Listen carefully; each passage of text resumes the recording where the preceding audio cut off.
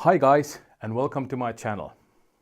In this video, I'll go through the main points in part 1 of my tutorial getting started with Azure Cosmos DB. The first part is about development environments and tools for working with Cosmos DB. The tutorial is available on Github and you get the link from the description below.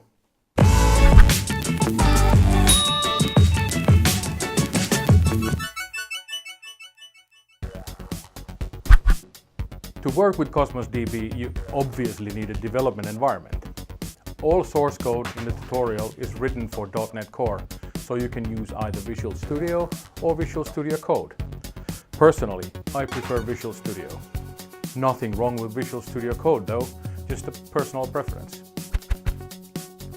The next thing you need to get yourself is the Cosmos DB Emulator and get it installed on your machine. The emulator allows you to have your databases and collections locally without having to pay for development resources in Azure.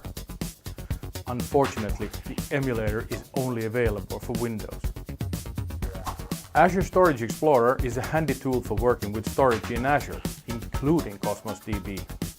One very handy feature is that for every query you run, you get information about the query, including the request unit cost. This helps you design and optimize your queries. Azure Storage Explorer is available on Windows, Mac and Linux.